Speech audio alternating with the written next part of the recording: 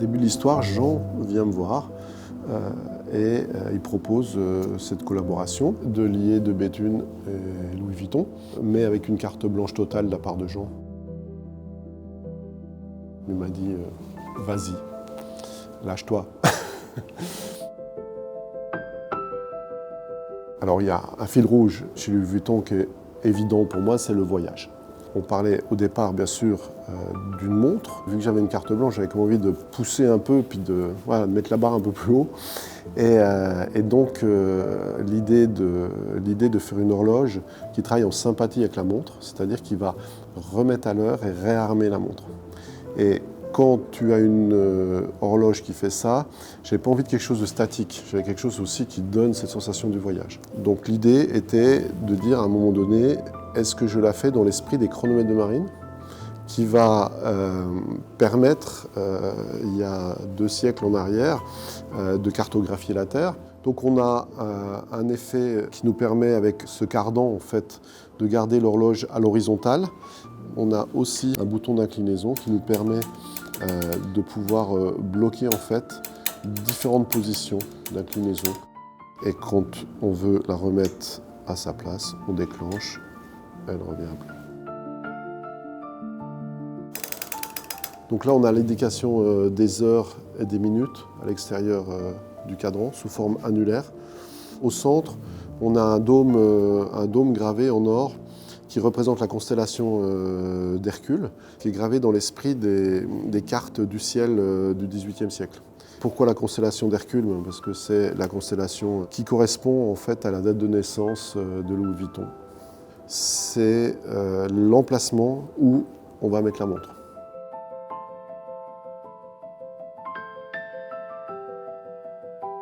Donc la montre vient au centre de l'horloge pour être remise à l'heure et réarmée. Et pour ce faire, on a un bouton d'éjection ici sur le côté qui nous permet de prendre la capsule qui, elle, recevra la montre. Donc là, on a Hercule, on a autour le serpentaire, on a la couronne, on a le cygne, on a différentes constellations qui se trouvent en fait, autour d'Hercule dans le ciel. C'est une cartographie d'une partie du ciel. On a une petite targette ici et on va enlever le dôme. Pour manipuler et mettre la montre, on est en dehors de l'horloge avec l'horloge à plat. Je prends la capsule en titane, je place la montre directement avec son bracelet dedans. La capsule est en titane avec une lunette en or gravée à la main aussi, qui raconte aussi une petite histoire autour du monde des véhicules Louis Vuitton qui transportaient les malles. Et je place ma lunette sur la montre. Et ensuite, je vais replacer le tout dans l'horloge.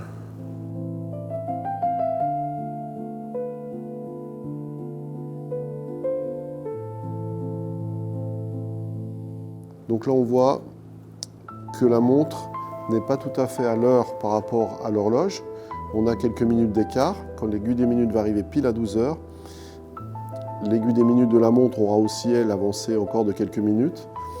Et on aura un top horaire, c'est-à-dire on a en fait un axe qui vient frapper à la seconde parfaitement dans le centre de la couronne de la montre et qui va remettre les 2 aiguilles de l'horloge et de la montre en phase.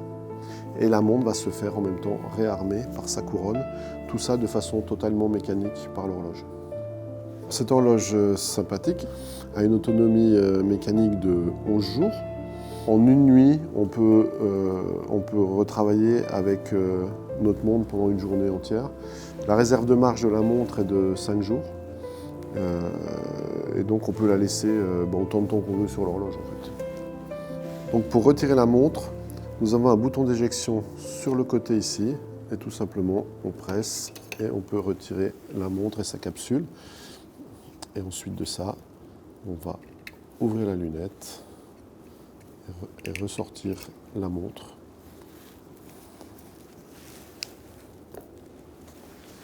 Voilà.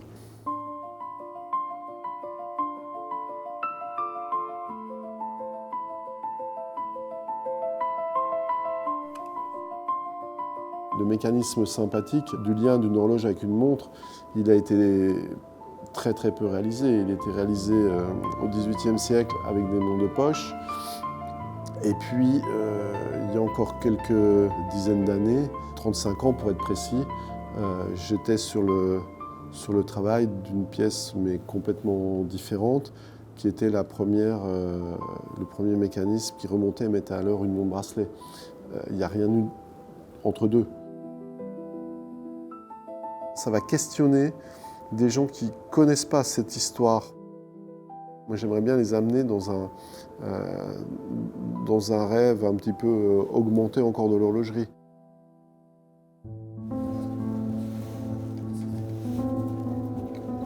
Pour compléter le voyage, j'ai eu l'idée de créer une scène et j'ai demandé à mon ami François Skuyten de faire un dessin en fait, qui pouvait donner cette sensation de voyage tout autour de l'horloge.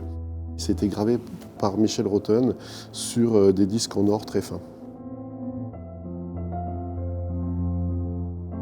Et donc il y a des disques qui tournent et qui vont toujours amener une scène différente et qui nous proposent vraiment un voyage à travers la planète.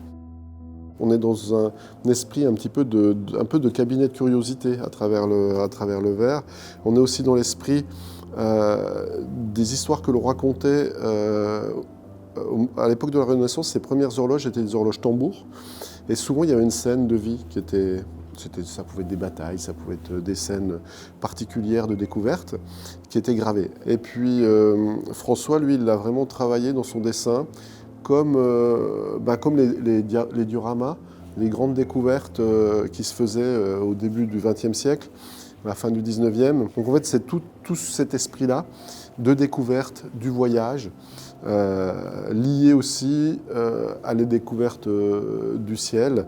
Donc un travail sur les cadrans où on donne cet esprit du ciel de différentes manières, soit sous une forme de carte avec le dôme de carte du ciel, soit sous forme de la Voie lactée sur le grand cadran en titane convexe, soit avec ce chemin de météorites où cette marqueterie de météorites raconte sur le socle aussi l'histoire du ciel. C'est tout taillé dans le même bloc de météorites. On a une météorite qui était dans le ciel depuis à peu près 10 millions d'années, qu'on sait qu'elle est tombée il y a 1 million d'années sur la planète. Et donc ça raconte aussi une histoire interstellaire et l'histoire de l'univers.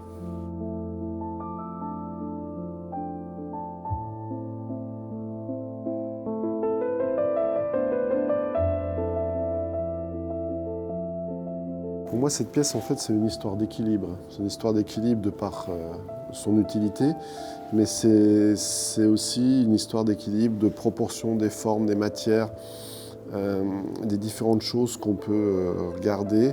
Partout où on va poser l'œil, on a une vision différente de l'objet. Et le fait qu'on puisse encore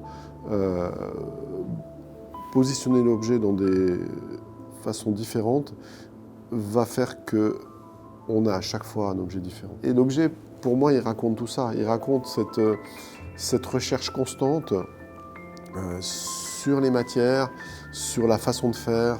Ça raconte l'aventure des 3 ans qu'on a passé tous ensemble, avec des connaissances, des métiers différents, des choses où il a fallu lier le tout. Et en fait, c'est une accumulation de connaissances gigantesques. On a plus d'une dizaine, quinzaine de métiers. On a vraiment beaucoup de métiers qui ont travaillé sur cette pièce, sur cette horloge. Ça amène toujours une petite pierre de plus, une petite brique de plus à l'édifice de l'horlogerie. Et en fait, c'est ça qui m'intéresse. Et c'est ça qui m'amuse aussi, évidemment.